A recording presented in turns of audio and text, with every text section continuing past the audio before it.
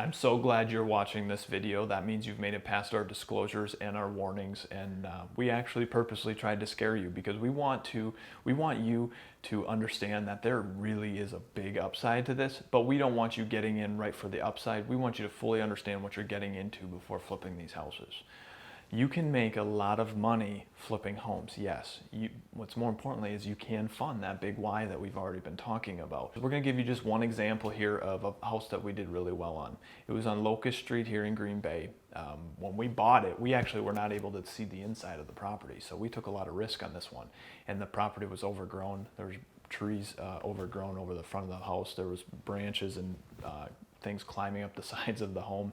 And then once we did actually purchase the property and could get on the inside, it was even worse. The flooring was all destroyed. The smell was horrible. The paint, the walls were running because they smoked so much in the house. Went in the basement and the spider webs were so bad it was like you were going through the jungle. We actually had to use a broom to make a path through the basement. It was so bad. But now here are some after photos of what we did and how it looked once we were done. We were so grateful and so lucky. We actually were able to make $37,000 on that property alone. We made money on this one because we went into it right. We paid attention to our budget. We nailed what it was going to sell for. It actually, price got drove up and we sold it for a little bit more than it was. We went in and we stuck money into the bathrooms and the kitchens, and then we made the house beautiful again. We just brought out what it used to be like when it was first built. Why we bought this house was it was in a great neighborhood. We could tell it needed a lot of work, and we were getting it at such a steep discount that we felt that even though we weren't able to see the inside of the property, that it still was going to be a big winner for us. So even if we went in and we had to replace everything, which we did, we still felt very, very comfortable based on our numbers and our budget that we could make this happen. Here's another great example of a property that we did on Abram Street in Green Bay. This property, again, it was another auction property. We were not able to see the inside of the home. Just a cute little house in town here that you walked up to it, it was pretty scary. My wife and I tour these houses quite a bit, and this was one house that she refused to go into just by judging it from the outside of the house. We'll go on tours on Saturdays and Sundays and view some of our flips with my family and my two kids, and she said, nope, I'm not going in that one, which is rare. They're brave and they love it. But this was one of those properties where she pulled up and said, you go through this one, we'll just wait this one out. She was right. You went in and the place was bad. They had, I think, dogs, a whole herd of them, and the smell was putrid.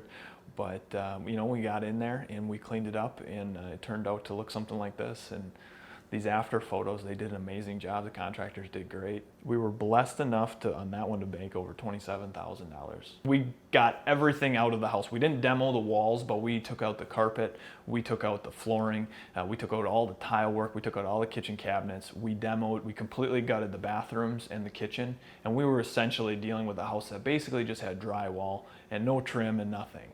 We came then through and we started putting it all back together. We actually resealed all the floors so that the house wouldn't smell. We took all the carpet, we put new carpet, new flooring, new tile, everything throughout the entire house. We replaced the windows, and then we staged it. So I have a rule that when I go into these houses, and the more it scares people away, the quicker I run to it. And what I mean by that is when I see other buyers and other investors typically running away from properties, those are the ones that I run as fast as I can to, because that usually means that there's opportunity in there. If it scares away 90% of the consumers out there, that's usually one that I want. And what I mean by that is we've gotten to the point where we've been doing this long enough and have flipped over 110 houses that we feel confident taking on basement issues, mold issues, roofs that are caving in. We just make sure that we know what we're doing and that we have the contractors that are going to do it and fix it the right way. When we're flipping these houses at a really high level like we are, there is so many opportunities that are around it. You pick up buyers. So if you're an agent and you're flipping houses, you pick up buyers, you pick up sellers, you pick up market share, you get your name out there for marketing, you pick up a reputation of flipping houses.